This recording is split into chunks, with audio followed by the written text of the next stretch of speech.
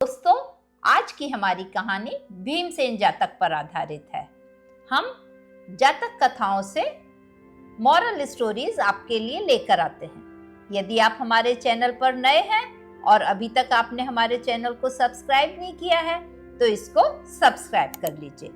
तो लीजिए शुरू करते हैं आज की कहानी, धनुग्रह पंडित। वाराणसी के एक गांव में एक युवक तक्षशिला से सभी शास्त्रों और शिल्पों में ज्ञान प्राप्त करके वापस वाराणसी आया। सभी विषयों में पारंगत होने के कारण लोग उसे धनुग्रह पंडित के नाम से पुकारते थे, लेकिन वह जन्म से ही नाटेकत का था। उसने सोचा, यदि मैं किसी राजा के पास जाऊंगा और उससे काम मांगूंगा तो राजा कहेगा कि ऐसे छोटे कद वाले का हमारे यहाँ क्या काम। इसलिए उसने सोचा, मैं किसी लंबे चौड़े कद वाले सुंदर मनुष्य को आगे करके उसकी ओट में होकर अपने लिए जीविका कमाऊं। अब वह ऐसे आदमी की तलाश में निकल पड़ा। एक गांव में जाकर उसे अपनी पसंद का एक व्यक्ति मिल भी गया। वह कपड़े बुनने का काम करता था। यही उसका पैतृक व्यवसाय था, माने उसके माता पिता कपड़ा बुनने का काम करते थे। धनुग्रह पंडित ने उससे उसके हालचाल पूछे और उससे पूछा, सौम्य, तेरा क्या नाम है?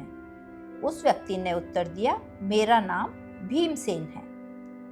तो धनुग्रह पंडित ने कहा, यह काम छोड़ मेरे साथ चल।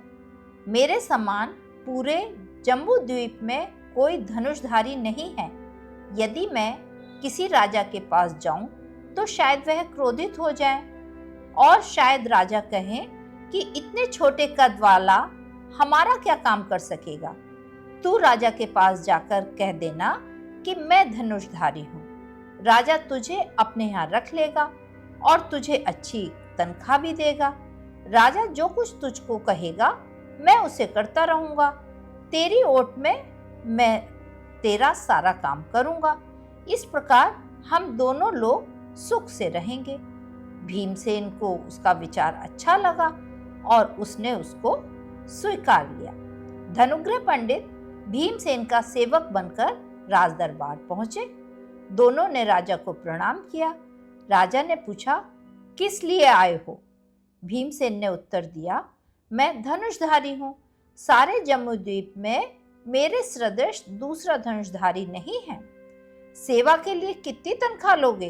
राजा ने पूछा। देव, अर्धमास में 1000 मुद्राएं, माने 15 दिन के लिए 1000 मुद्राएं। राजा ने पूछा, यह दूसरा पुरुष कौन है? भीमसेन ने उत्तर दिया, राजन, ये मेरा छोटा सेवक है। अच्छा, तो सेवा में रहो। राजा ने उनको अपनी सेवा में रख लिया। उस दिन से भीमसेन राजा की सेवा में रहने लगा। जो भी काम करना होता वह धनुग्रह पंडित को बता देता और धनुग्रह पंडित उस काम को कर देता। एक दिन राजा के पास समाचार आया कि जंगल में एक शेर ने आतंक मचा रखा है और वह राहगीरों को पकड़कर खा जाता है। राजा ने भीमसेन को बुलाया और पूछा, क्या तुम शेर को पकड़ सकोगे?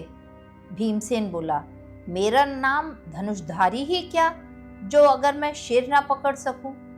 घर आकर उसने धनुग्रह पंडित से कहा, सौम्य, शेर पकड़ने तुम जाओ। धनुग्रह पंडित बोला, मैं नहीं जाऊंगा, तुझे उपाय बताता हूं। और उसने उपाय बताया। अकेले मत जाना जंगल में।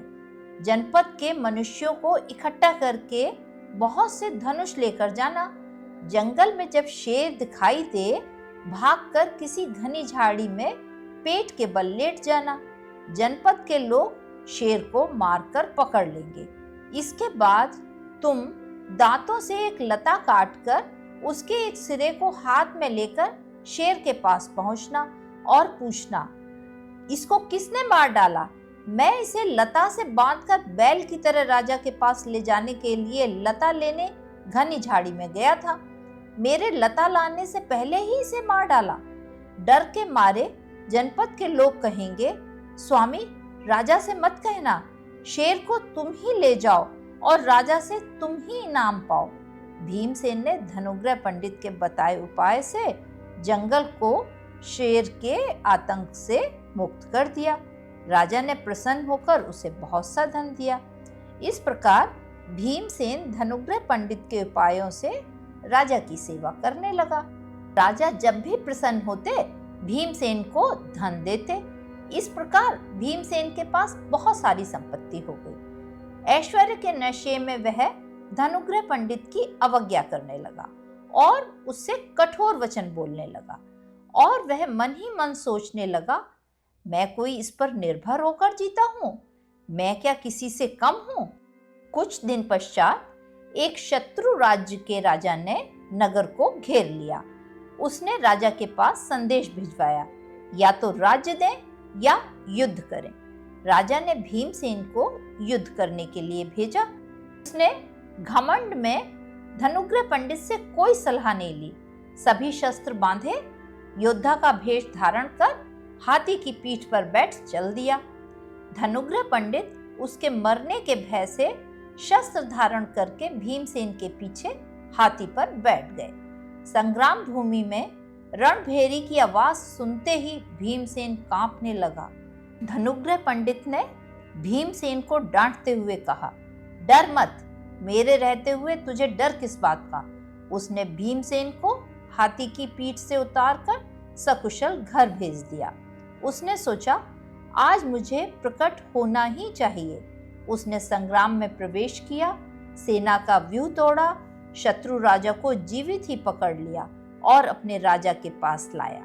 राजा ने संतुष्ट हो धनुग्रह पंडित को बहुत ऐश्वर्य दिया।